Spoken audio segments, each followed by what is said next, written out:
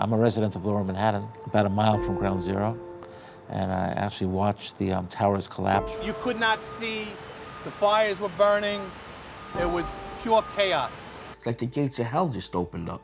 There was a tremendous amount of toxins in that environment.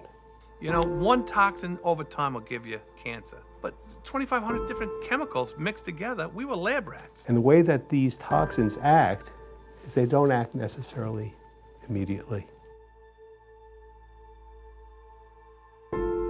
I had a lot of friends of mine who were getting sick, and we weren't really being taken care of and we weren't really being taken serious.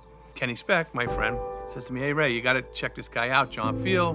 What is it that you need from us? What can we do? John Feal was introduced to us early on, and it was really one of the high points for me in my medical career.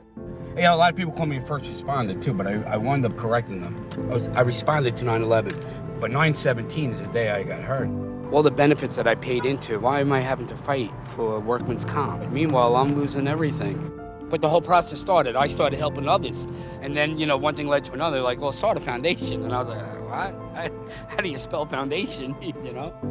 We were watching with horror as the Congress was about to go on a holiday break and not deal with this Health and Compensation Act, called as the Droga Bill. And so we reached out to John to try and get him on the show because we'd heard about his lobbying efforts. When we went down to DC, we were just a bunch of blue-collar workers going down and guerrilla lobbying.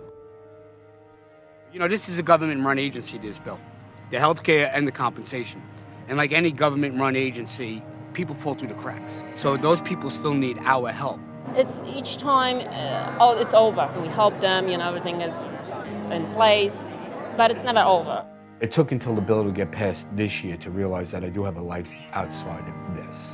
Every free moment he has is making a call to a senator or a congressman. Well, she's about to get schooled by John Feal. And now that the bill is passed, he dedicates almost all of his time to getting people enrolled in the health program. Ronnie, I'm home. Most Americans don't think they have the right to go to Washington, D.C. because they don't think it's legal. They don't think that they're going to get anywhere. They don't think that it's going to make a difference. I think that if we had people in power who could make decisions like John Feal, I think it'd be a very great thing for this country, because he really cares about people. How are you now? I'm a 9/11 responder talking to 9/11 responders. Whatever they think they're going through, or about to go through, or what they haven't gone through yet, I've done it. I've been there. And if I haven't, I've heard the story. They went from being heroes to being victims. And what John Feal did is that he said, you are heroes, and the world needs to recognize what your condition is. We're starting to bring about knowledge to the people in this country about the plight of the 9/11 responders and what they're going through. We're all in this together, and we're going to stay here together until we finish this. And he's the voice of the first responders, definitely. Without him, a lot of stuff wouldn't have got accomplished.